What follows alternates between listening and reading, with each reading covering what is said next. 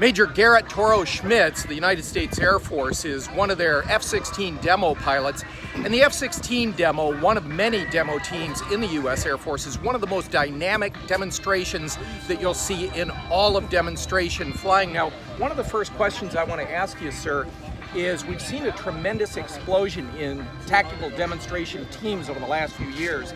Now we've got the F-35 demonstration team. We've got the Raptor demonstration team.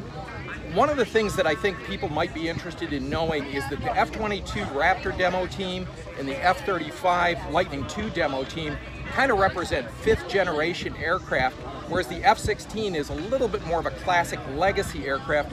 How might you compare and contrast the F-16 demo team, their routine, with F-35 and F-22? Yeah. Compare and contrast. So I don't know if I'd call us quite a classic or legacy. Like, we're still a viable contender just in the Air Force today. So contrasting fifth gen and fourth gen, in terms of our demonstrations, they're very similar. So the F-22, it's a lot of raw power, so it's a very powerful jet, and that's what they show in their demonstration. So it's a twin-engine aircraft, whereas F-16 and F-35 are single-engine aircraft. Yeah, twin-engine. So it also has capability of thrust vectoring as well. So it displays kind of the unique things that the F-22 can do that we can't do or the F-35 can do because we don't have thrust vectoring. So for a lot of air show goers, they'll see a little bit of a slower demonstration, but it's a lot more slow airspeed maneuvering, which is something that the Raptor is really good at.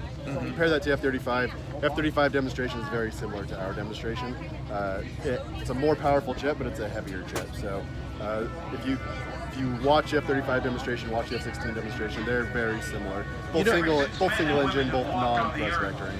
You know, you make a good point about that. When you consider that the F-16 has been around for quite a significant period of time and F-35 is quite new, the similarities between the two are much greater than the differences between the two, and I think that speaks volumes about the F-16's ongoing capability. Oh, yeah, absolutely. So we're considered a fourth-gen fighter, but with upgrades that we're getting, hopefully in the future, it'll be a fourth-gen plus. So we just don't have the stealth, but everything else F-35 does, we can do.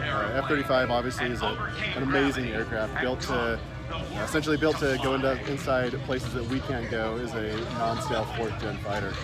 But yeah, capabilities are very, very similar in terms of how we fight the modern war that we're fighting right now. Now I want to ask you about part of the rehearsal that we saw yesterday. We noticed, and a number of the photographers got photos of a small section of the panel on the left side of the aircraft that became detached during the demonstration. What was the story behind that? What causes that? Is that something that happens occasionally? So it does happen occasionally. That's just essentially normal operating for an F-16 or any aircraft really. Sometimes latches fail. Essentially what happened yesterday is a latch failed and the panel came off. So while it's not common, I would say it's not that uncommon. So it's nothing that we're concerned about. So it's just something that happens, part of flying, and we'll fix the jet and move on.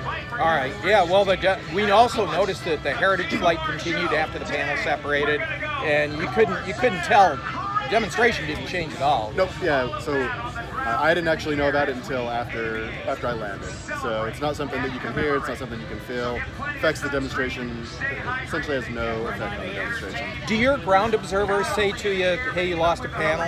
And so it's pretty tough to see. I think guys were seeing it with their telephoto lenses. So we don't have telephoto lenses on our planes at all times. But if they saw it, they probably would have told me and let you know. Yeah, if they see something like that, they'll let me know. But. All right.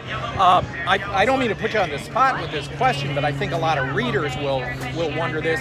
Does it say anything about the age of Air Force aircraft, or as you say, I think you already answered that question, and that is that it's relatively routine with any combat aircraft. It's put through high G maneuvering and things like that. Especially with our aircraft. So normally F-16s aren't pulling 9Gs multiple times every day, so ours take a little more wear and tear than the normal F-16s. So I don't think it speaks to the age. It's just sometimes mechanical components fail, and that's kind of what happened yesterday. So the nature of flight, yeah, especially high-performance flight. Absolutely. All right, sir. Yeah. On behalf of theaviationist.com, thank you very much. Yeah. I'm Tom Demerle from Willow Run Airport at Thunder over Michigan.